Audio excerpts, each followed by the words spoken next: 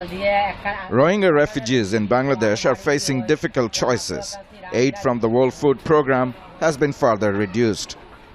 Janwara Begum says she is struggling to feed her family of 4. With this new ration cut, we have limited choices in essential items.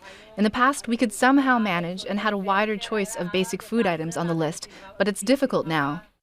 Other people in this camp in Cox's Bazar have similar experiences. There are few items to select from. Before, I was able to choose from a wider variety of basic essentials that I needed. Many are already skipping meals due to food shortages.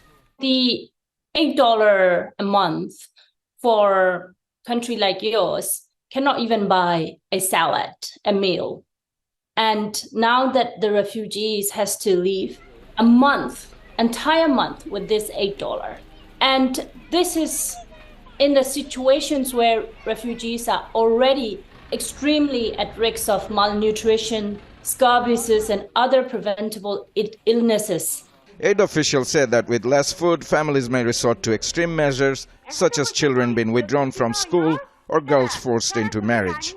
Malnutrition levels will definitely go up. And unfortunately, the levels as is right now is already too high, just below the global emergency thresholds. We've also seen that children are now going out looking for employment, which is a protection issue, and it may create further conflict if they go out of the camp to look for jobs outside their camps with host communities. 6 years into refugee crisis, more than 1 million Rohingya who fled persecution in Myanmar remain stranded in Bangladesh without any job opportunities and relying entirely on donor assistance.